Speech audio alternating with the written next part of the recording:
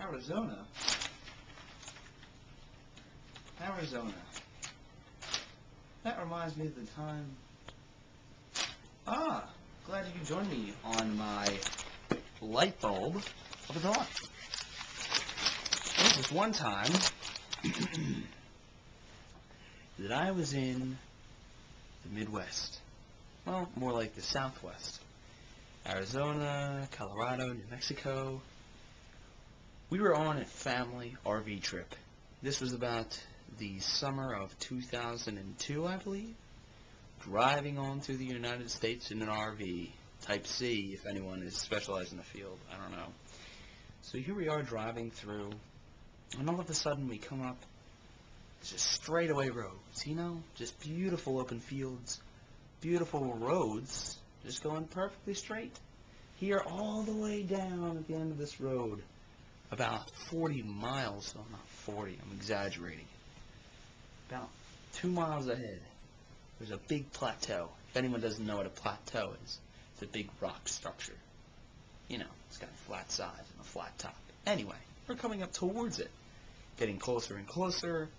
We're wondering if this road is going to trail off or if it's going to go through. So, we can't go straight up, of course. So we're driving, and where is this road going? And there are cars who are still going, you know, going on. So we're like, okay, you know, nothing's going to be bad because there's still cars going this way. So then we start seeing signs. That's when it gets bad. It says no vehicles over 30 feet long can pass beyond this point. This RV is about, I don't know, 35 feet long.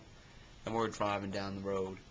And we're getting closer and closer to this, you know, this huge rock. And we don't know what's going to happen. A mesa is what it's called. I can call it a mesa or a plateau, whatever you want to call it. So here we're coming up.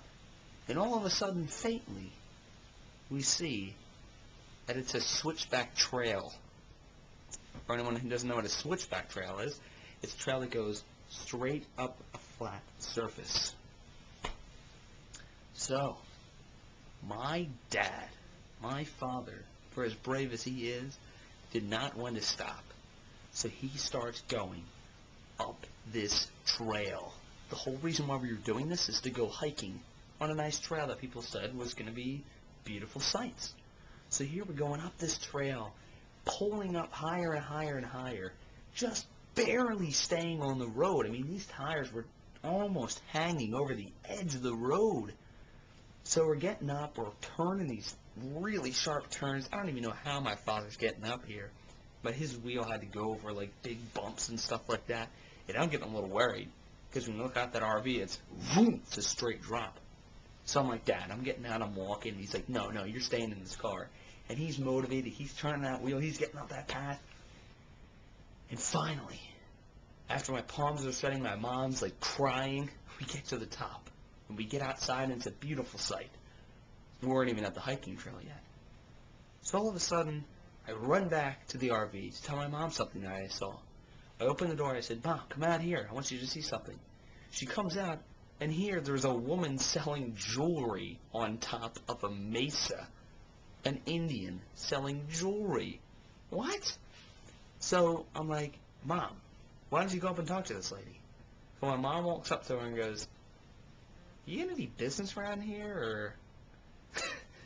So, I guess not, because she still had all the jewelry set up in her car.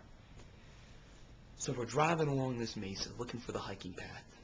And here it was, on our right side.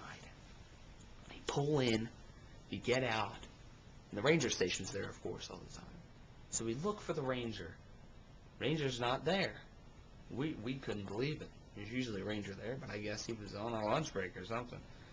So I'm going taking care of business again, and my mom and dad are reading the sign, because there's always rules of hiking that you have to sign a paper. It's basically to let you know, to let the ranger know when you're going hiking, when you're leaving. Write down your names and your time that you're leaving. So then my mom comes up to me and goes, Craig, you might want to read rule number 12, I think it was. And here, rule number 12, it's you read the other rules. It's basically watch where you're stepping, watch for loose rocks. Don't litter, of course. found the trail. But there was one that really stuck out. Report any findings of human remains. All right, we're getting the fuck out of here. So we left. We got out. We went back and never went on that trail after all that. Later on, when my mom and dad came home, she asked one of her co-workers at work why a rule would be like that. She said, well, that's a place where serial killers dump their bodies. That's a kick in the knee, isn't it? Oh, boy. Good times. Well, folks, take care. See you next time as I get back to my newspaper to read about Wally. Take care. Bond is back, by the way.